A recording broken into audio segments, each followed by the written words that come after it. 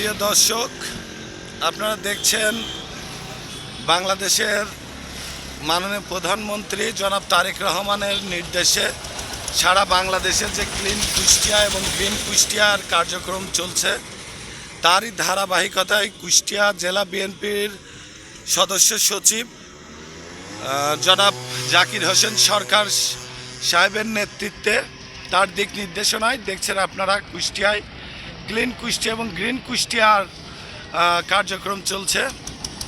আপনাদেরকে আমি সরাসরি দেখাচ্ছি।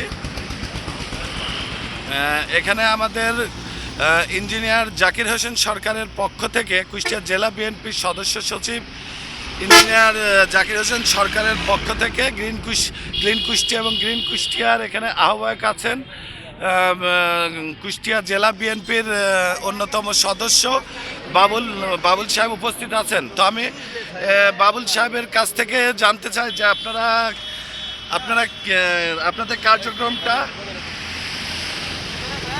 আপনাদের কার্যক্রমটা কি মাননীয় প্রধানমন্ত্রী তারেক রহমানের দিক নির্দেশনা আপনার যে ক্লিন কুষ্টিয়া এবং গ্রিন কুষ্টিয়া করছেন, এটা আপনাদের মানে কার্যক্রমটা কত দূর আগাচ্ছে? বিসমিল্লাহির রহমানির রহিম।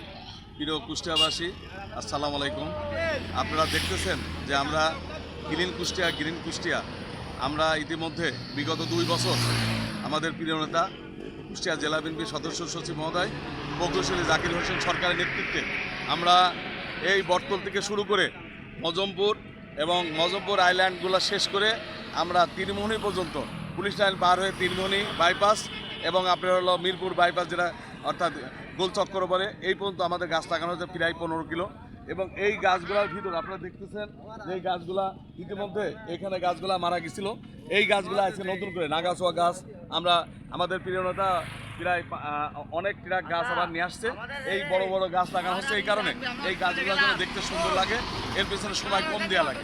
ছোটো গাছ লাগালে এটা হতে অনেক টাইম লাগবে, এই কারণে অনেক বড় গাছ দেখতেছেন। এই গাছ মানে এই গাছগুলো নিয়ে আসা হয়েছে, এগুলো এর জন্য অনেক আপনার হলো অর্থায়ন বেশি লাগছে। তারপর আমার প্রিয় নেতা ইঞ্জিনিয়ার জাকির হোসেন সরকার উনি এই গাছগুলো নিয়ে আসছে, আজকে গাছগুলো লাগানো হচ্ছে।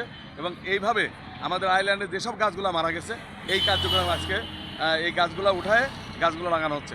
এবং আমাদের জানেন মাননীয় প্রধানমন্ত্রী ইনি ইতিমধ্যে সারা বাংলাদেশে আপনার ক্লিন সিটি করার জন্য উনি সারা বাংলাদেশে মানুষকে অনুরোধ করতেছে যে আপনারা আপনাদের এলাকা, আপনাদের পৌরসভা, আপনাদের গ্রাম, আপনাদের রাস্তাঘাট, আপনাদের মসজিদের আঙিনায়, ঈদগার আঙিনায়, আপনার স্কুলের আঙিনায়, কলেজের আঙিনায়, ইউনিভার্সিটির আঙিনায় আপনারা পরিষ্কার পরিচ্ছন্ন করেন। এবং বাংলাদেশ থেকে উনি চাচ্ছে সিঙ্গাপুরের মতো একজন ক্লিন এবং গ্রিন সিটি তৈরি করতে। উনি পৃথিবীর বুকে বাংলাদেশটাকে অন্যভাবে উনি দেখতে চাচ্ছে। এই কারণে আপনাদেরকে যে অর্থায়নটা গাছ লাগানোর জন্য যে অর্থায়নটা কোনো বন বিভাগ বা সরকারিভাবে সহযোগিতা পাচ্ছেন, আপনার নিজ ব্যক্তিগত উদ্যোগে করছেন? আমরা এই পর্যন্ত সরকারিভাবে কোনো উদ্যোগ পাই নাই, পৌরসভায় আমাদের কোনো টাকা পয়সা দিয়ে নাই, আমাদের কোনো বন বিভাগ থেকে দিয়ে নাই। আমাদের প্রিয় নেতা ইঞ্জিনিয়ার জাকির সরকার তার অর্থায়নে এই গাছগুলা আমরা লাগাচ্ছি শুরু থেকে এখন পর্যন্ত।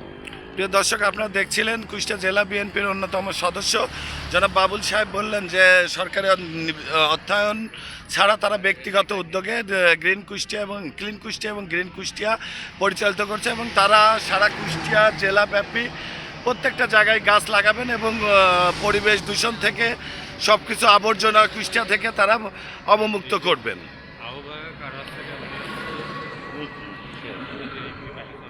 আচ্ছা, এবং আমাদের সাথে আরেকজন আছে হচ্ছে আমাদের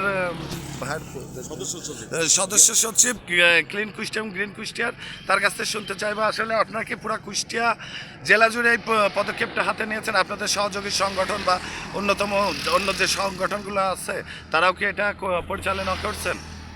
বিসমিল্লাহির রহমানির রহিম।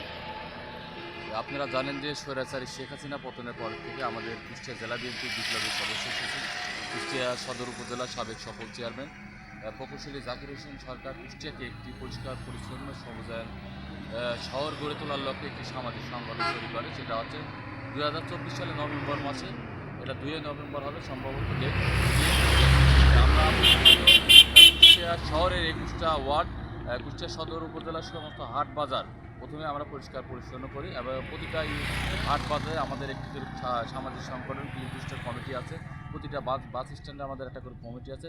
তারই পরবর্তীতে আমরা সবুজায়নের রক্ষে আমরা গ্রিনের কার্যক্রম শুরু করি। বটতল মোড় থেকে চৌরাস থেকে মজমপুর, কুষ্টিয়া জেলা চৌরাস থেকে মজমপুর থেকে তীরমণি এবং তীরমণিতে চৌরাস থেকে টার্মিনাল পর্যন্ত যতগুলো আইল্যান্ড আছে আমরা আপনারা পুরো কুষ্টিয়া জেলাটাকে গ্রিন ভাবে সাজাতে চান এবং রোডের যেসব আবর্জনা নোংরা আবর্জনা পড়ে থাকে আমরা দেখছি অনেক সময় আপনারা এগুলা ক্লিন করে দিচ্ছেন কুষ্টিয়া শহরটাকে। আমরা চাই আমাদের কুষ্টিয়া, আমাদের প্রিয় মাতৃভূমি কুষ্টিয়া জেলাকে একটি সবুজায়ন এবং পরিষ্কার পরিচ্ছন্ন শহর হিসাবে গড়ে তোলা, যেটারই কর্মবর্ধমান আমরা প্রথমত আমাদের সদর উপজেলা থেকে আমরা শুরু করেছি। আস্তে আস্তে আমাদের এই কার্যক্রমটিতে আর কিছুদিন পর থেকে আমরা কুকসা, কুমারখালী, মিরপুর, ভেড়ামারা, দৌলতপুর সমস্ত জায়গায় আমাদের এই সংগঠনের একটা করে কমিটি করে দেওয়া, যার মাধ্যমে আমরা আমাদের জেলাকে সবুজায়ন এবং পরিষ্কার পরিচ্ছন্ন জেলা হিসেবে গড়ে তুলব।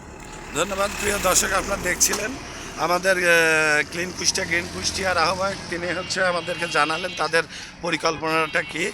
তো এত সময় আমাদের সাথে থাকার জন্য প্রিয় দর্শক, কুষ্টিয়া থেকে সোহেল রানা বাবু, ধন্যবাদ আপনাদের সকলকে।